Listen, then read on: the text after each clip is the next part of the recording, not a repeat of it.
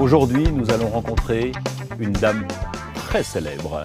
Bon, elle est un peu capricieuse, mais rassurez-vous, une fois que vous la connaîtrez, vous allez l'adopter. Il s'agit de la pivoine. Alors la pivoine, il en existe deux types. La pivoine herbacée qui repousse chaque printemps et qui fait des bouquets magnifiques. Et la pivoine arbustive qui forme deux petits arbres qui vont monter jusqu'à 2 mètres de haut, 2 mètres d'envergure et qui fleurit elle aussi au printemps.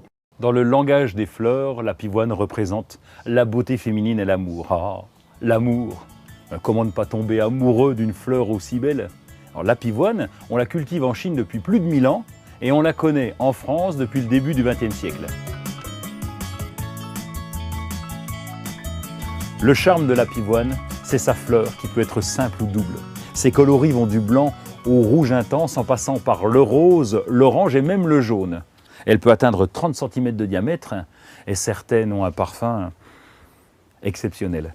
La pivoine est à nouveau à la mode dans les jardins. Elle séduit par son côté rustique, simple et naturel. Elle préfère une exposition soleil à mi-ombre, être à l'abri du vent et un sol riche et profond. Et ce qui est déterminant dans sa vie, c'est sa plantation.